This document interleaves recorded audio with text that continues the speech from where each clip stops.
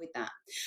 So yeah, they're going to demonstrate, these speakers, how showcasing can help you redefine the way you pitch for business and why your experience is critical to your success and why showcasing that experience is critical to your success. Now we're going to use menti.com. Oh, are we really going to? Yeah, we are. Yeah, let's just go on with it. Let's just take menti.com and own it. I'm going to use menti.com. So you've just been on it. You've probably still got it on your browser or on your phone, smartphone, iPhone, other device. And if you've not used it before, it's dead easy. If you're just joining us now, just pick up your phone, go to menti.com and type in the code, which sounds a bit like a phone number, 878-3091. That's 878-3091. While you get that into gear, I will be introducing the fabulous Janice B. Gordon in London and Bev Hancock in Johannesburg. Are you there, ladies? Good morning.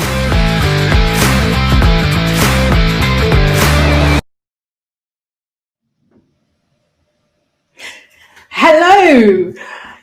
The speaking world has changed forever.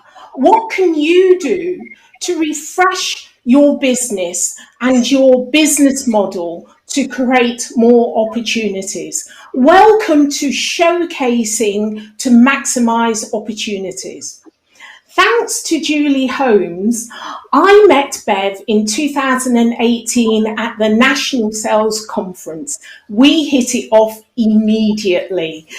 You know, since then we've been looking at ways to work together, and in our discussions we came across a word that just kept repeating, and that was experience. This is the word that we really connected on. And so we looked at what that meant to us as speakers in our respective worlds. Myself, customer experience and sales, and for Bev, experience and leadership communication. So I knew that Bev was really pushing the boundaries in her area of the world, South Africa. She was pushing the boundaries in my experience of what showcasing was, what it means, what you can do with it. So we wanted to introduce that to the wider audience at PSA. So Bev, tell us more about why showcasing is so exciting. Oh, Janice, thanks so much, and thanks for a wonderful introduction. Wasn't that National Sales Conference just meant to happen?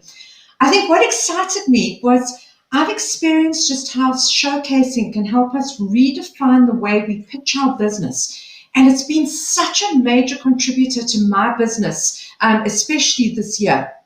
I've been very fortunate to be associated with a very progressive speaker bureau who's had this as part of their marketing, and also worked with a fabulous group of speakers who believe in collaboration and co-creating success together, just like we are. Yeah, so like many of you speakers, I've been on stage, and when I've come off, people have come up to me and there was something that I said that really resonated with them. And either they're motivated and to do something different, which is brilliant, or they wanted to recruit me to help them to make the changes in their company. So speaking from the stage is an excellent business development model, but I really wanted to take control of my business development and not just leave it to chance. And so we surveyed you, and let's look at what you said. But remember, if you want to play along later on in the presentation, make sure that you download menti.com, and the code is 8783091. So let's look at what you said. Yeah, so the first thing, and thank you for those that did respond to the survey, the first thing that's really exciting is that most people that we surveyed are excited about the prospects of hybrid events, which is really good.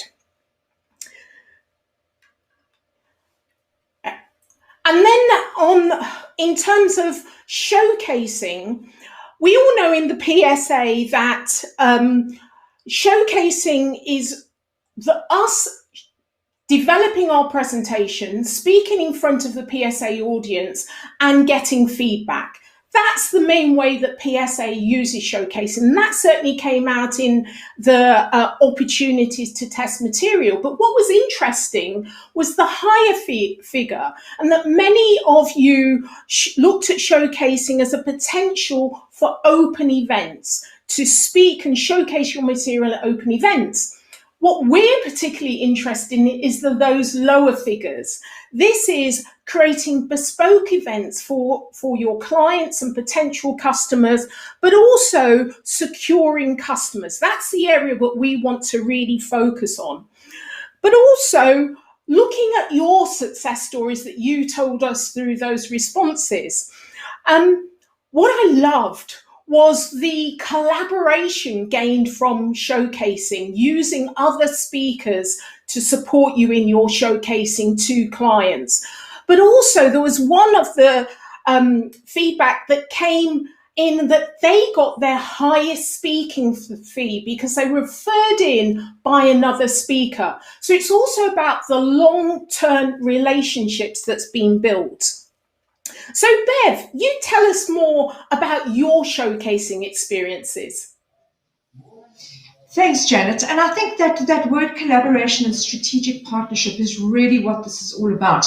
Shortly before lockdown, my speaker bureau shifted their strategy from really big, massive open showcases like you see on screen at the moment, like you saw in the video, to focus on more corporate events that are smaller and more intimate. And the most response we got was from the major banks.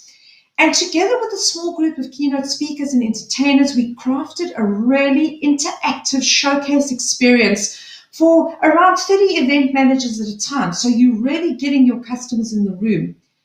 And then when lockdown hit, we collaborated with the whole speaking industry in South Africa to explore the virtual space through a series of masterminds using Zoom and interactive engagement tools, which is my particular speciality. And out of this actually emerged one of our best events. So one of our big banks, Absa Bank's Learning Academy, called us in to ask us to help them create a prestigious event to mark the end of a year-long leadership journey. And so what's the game changer? And let me perhaps go into the model that I've used that has made this just so successful for me. I think when I discovered this model, it shifted the way that I do business, and it has accounted for around 60% of my sales this year. It comes from the book, Change the Culture, Change the Game, and it's a simple but powerful way of achieving results in your business, or new results, especially as we're dealing with now. So when we're looking for a different result in your business, then you have to do something differently. And what does this mean? This means that we have to change our selling behavior. We know this, but how often do we just go back into default, into what we know? And like us, Absa Learning Academy had to do things differently, but the change of behavior brings risk, and this was such an important program for them. So the question is, what is it that drives behavior? And if you want to shift behavior over time, you have to shift it at a belief level. And because they had experienced us both in the room and in the masterminds, they asked us to help create a pilot event, no competition, just us. Why? Because they believed in us. So the brief was, and no pressure, you have to blow them away. So the aha moment in this model is the power of experience in shifting belief. When you create that experience, you shift belief. So using, once again, just Zoom, breakaways, agile tools, that interactive stuff you're going to see later, creative use of music and video, we created a 2-day event that literally set the standard for their virtual events. The delegates are thrilled, the execs loved it, and they are now working on the next event, which we'll be doing in a couple of weeks. Now, the new result we wanted was consistent business. The behavior we wanted from them was more bookings. And showcasing creates the experience that makes them believe that you are the provider of choice. So remember, the purpose of showcasing is not to give away your whole product, but to create a slice so that they can experience you, because their biggest fear is that they won't deliver on their customers' expectations. And Showcase diminishes or even takes away this risk completely. You have built trust and connection, and you have given yourself such a competitive advantage. And the great thing about showcasing is that there is an explicit conversation that we're going to be exploring potential business, not come and speak for free and you will get great exposure, which we have all heard so much. So why is building trust so important? Trust is the currency of future business, and the Edelman Trust Monitor highlights that trust in business is at an all-time low at the moment. In the work that I do with leaders around the world, I've come to realize that the power of trust-driven business models, and this is what showcasing does for us. It builds that trust. So how do you shift that needle from the red into the green? Low trust exists when your client has either had a bad experience with the speaker or they just don't know you. You'll be able to recognize it if you experience resistance or even just indifference. That's when low trust shows up. You increase it by becoming part of their event, by becoming a contributor. In South Africa, we have something called the power of Ubuntu, which means I am because we are. And this helps us collaborate and experiment and creates high trust. Which brings me to my second story. I've been working with the Project Management Institute over the last 2 years at their conferences, and we know that the real gold lies in repeat business. The president is a forward thinker who embraces innovation, and we explore new ways of working with the audience, with me as facilitator, MC, and speaker.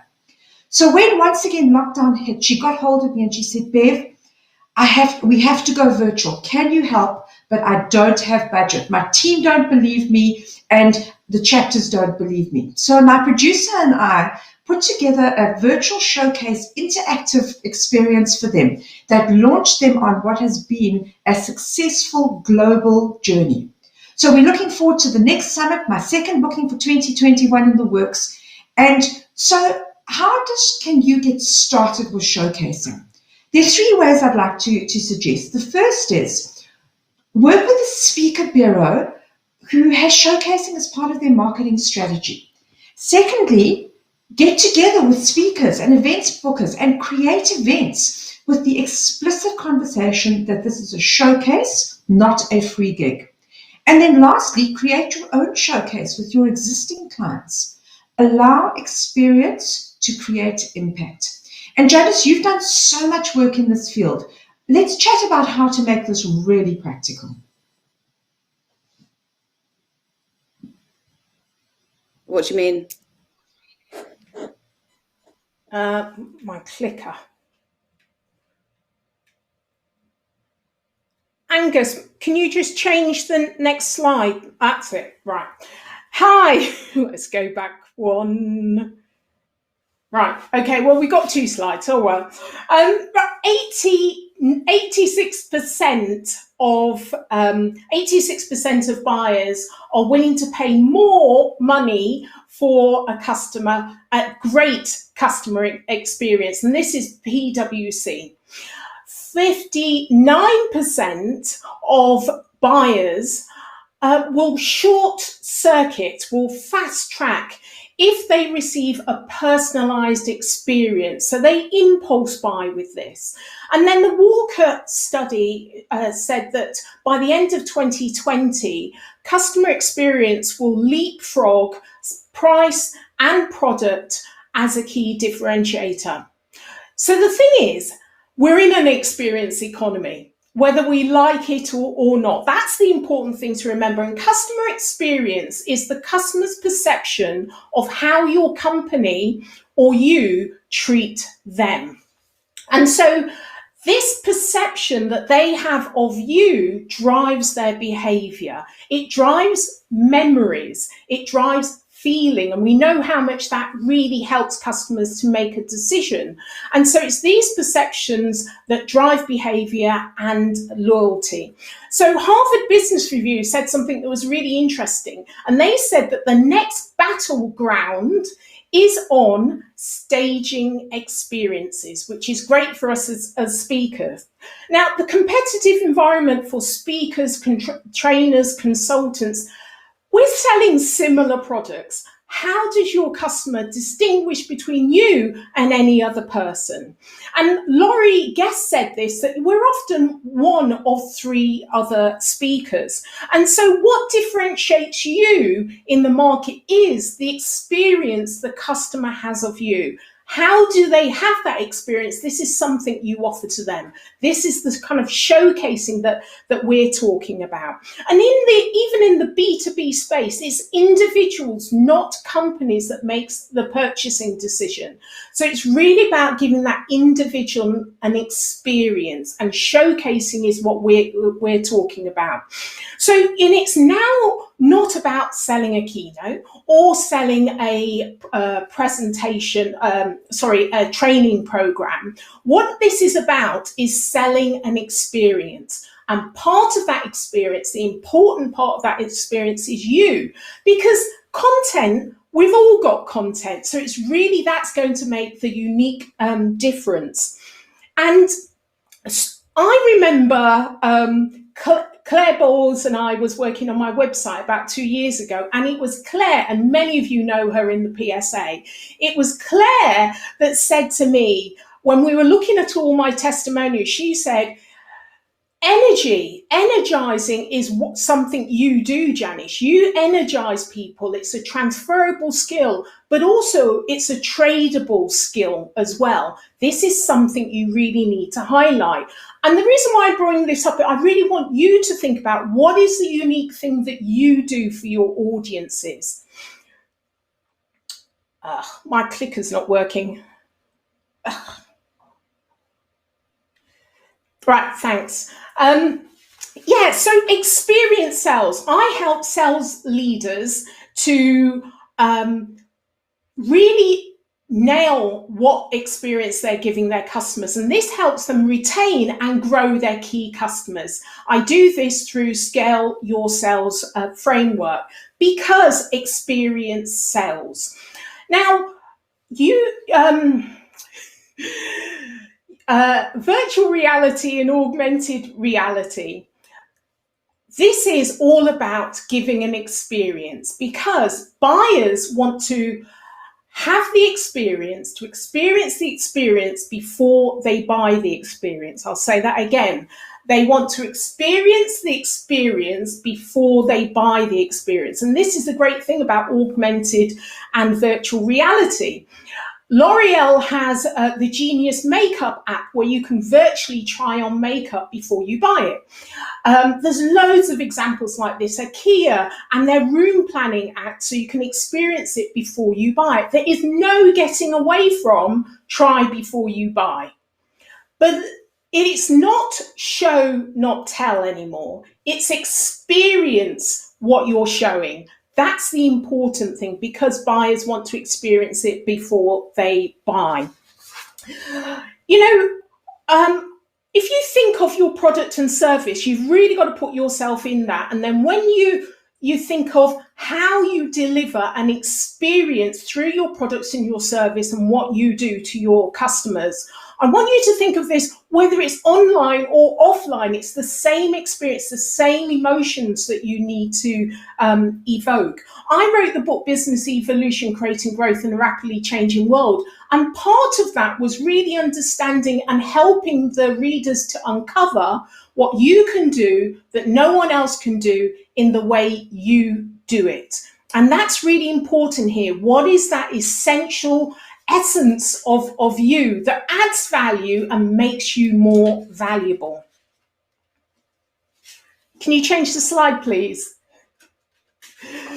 Apple is one of the most valuable companies, and part of that is their complete obsession with customers, customer experience.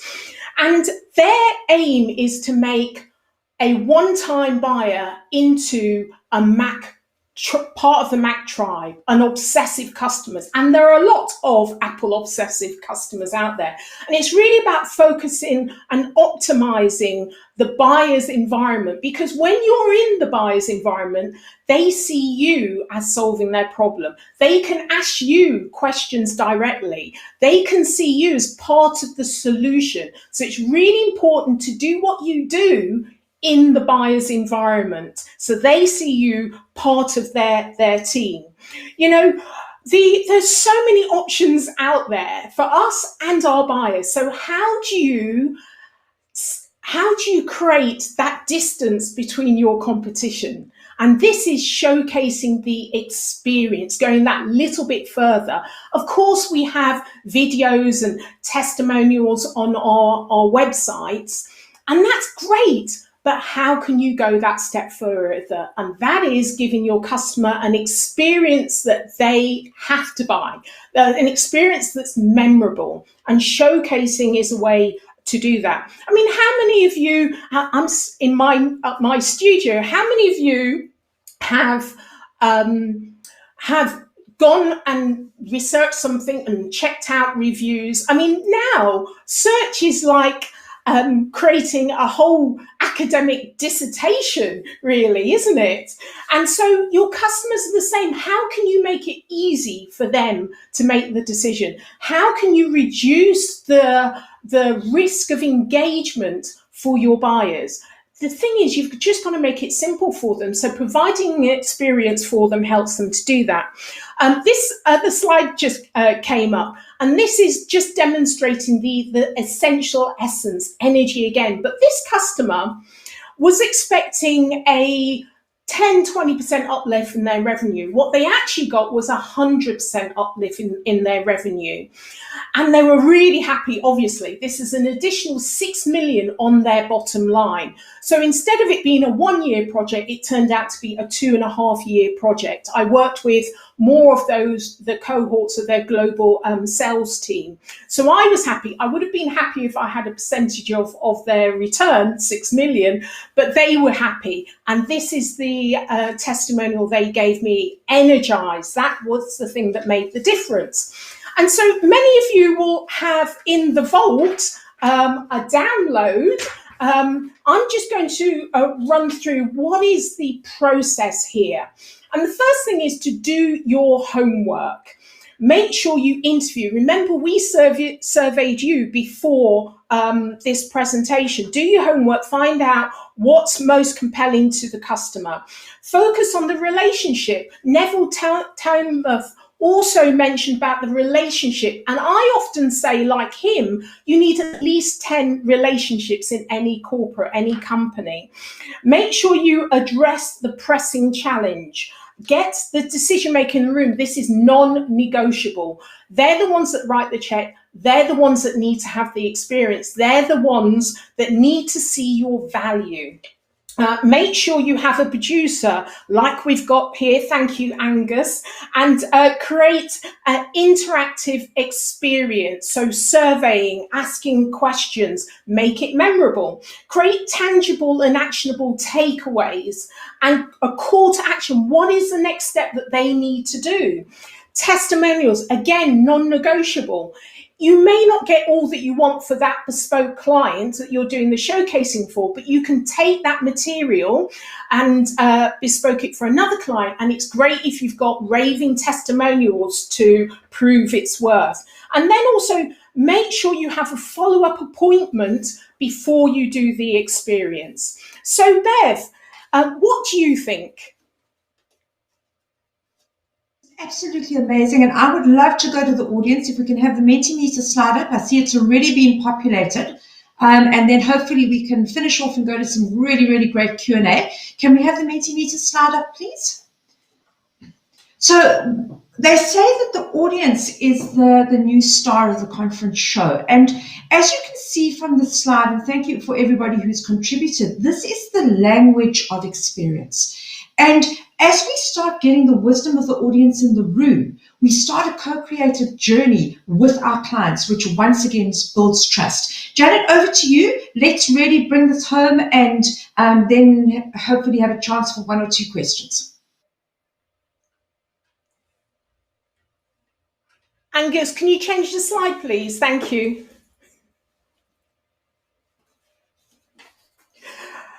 Showcasing your experience elevates you above the crowd.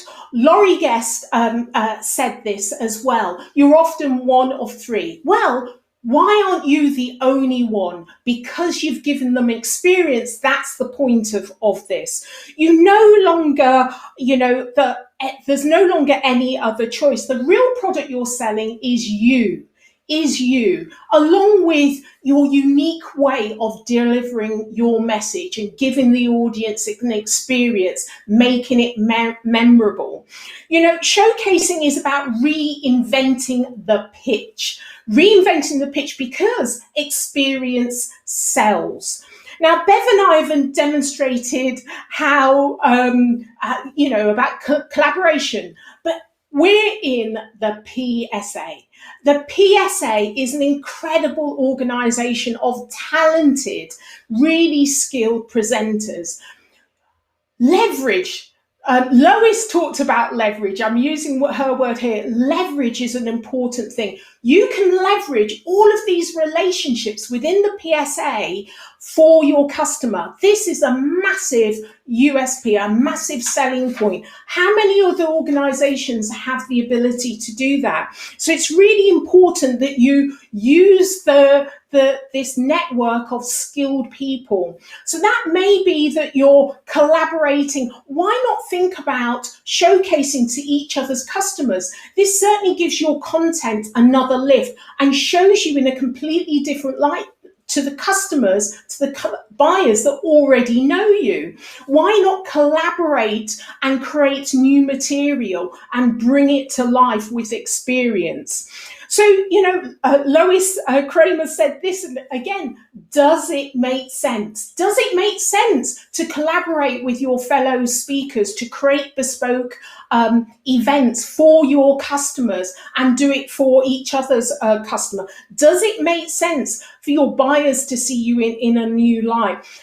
Is there a customer that you would ideally love to work with? This is a reason to go back to them and offer them something new and innovative so they can see you in a new light and you're the only buyer. As a community of speakers, we are stronger together. So go out and showcase your experience. Thank you. Thank you both very much for that. I think that was a very brave topic to cover. As we know, over the years, the issue of showcasing versus doing a freebie is always up for grabs as a hot topic for discussion within speaking associations around the world, I'm sure. We've had some fantastic questions, by the way. We've got a good 5 minutes to go through some of them. We've got quite a lot, so don't spend too much time on each question, but we've had a great one from Anita Ram, who is a newbie. That's what her word is, not mine. She says, is showcasing something that is intentionally done, or is it a result of a sales conversation that's not going in our favour? And we're hoping to tip the scales in the future. So how can we ensure that we do tip the scales in the future? So let me start with this, and perhaps you can come in, Bev.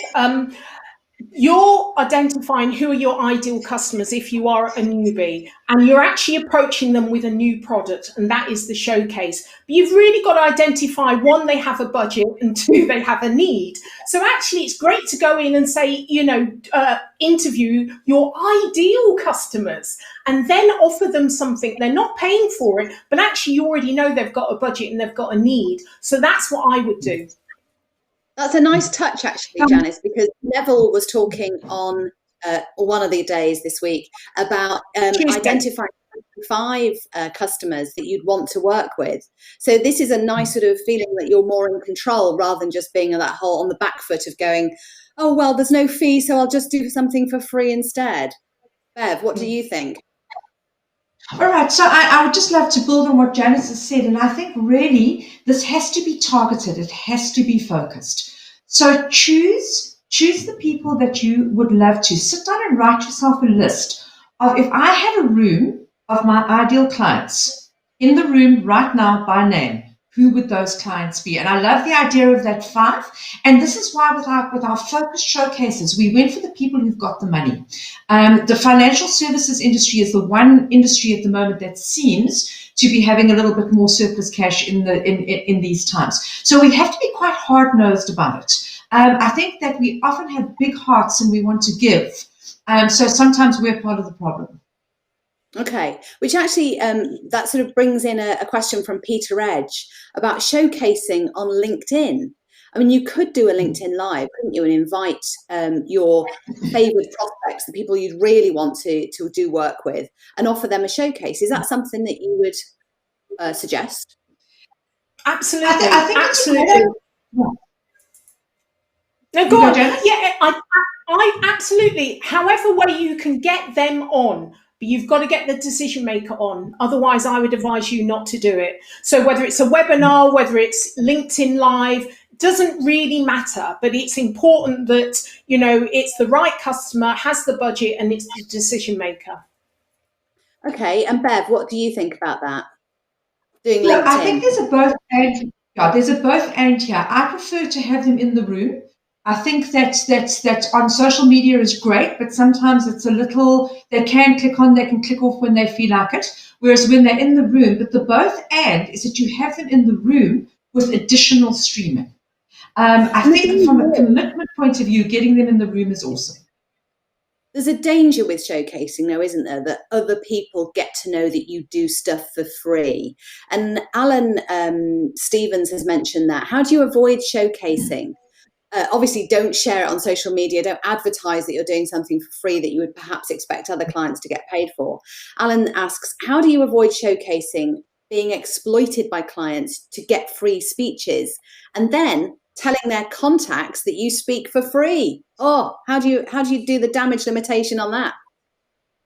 This is not speaking for free.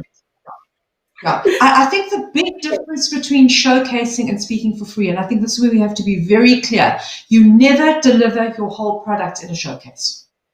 You deliver a part of it, you are giving them a taste of the experience, not the whole experience. If you do that, then it's the I'm speaking for free. That is the essential difference.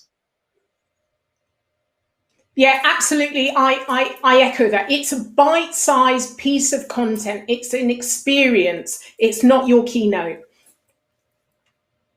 Nikki Abdinor makes a really good point. She says, guessing having virtual showcases, and you say, Bev, that you prefer to do them in person, but privately maybe on a virtual situation. They're really important, obviously. Clients want to see how we present online versus on stage. So there's a real need for this right now, isn't there, Bev? Okay, sorry, my feed is breaking up quite a bit. So maybe just let's address that. So I think there's where people have been making the mistake is the key to people staying in the room is interaction. If you are getting them to sit and look at a screen, they're not going to stay. It is keeping them using the engagement tools. We had a 95% retention rate on all of our masterminds. Can I just jump in there? We can't be in the room right now, so don't wait. You know, whatever you can do, I think if you have the key elements that Bev and I have put down in the vault, you know, you're going to do better than nothing, really. If you can give them an experience and then they get a taste and really excited about it, and then they know that actually next year they can book you to do the whole thing in the room, just do it now, because we are in an online space, but you can do either. Yeah. But, you know, everything's better. We all know we're speakers. Everything's better in the flesh, isn't it?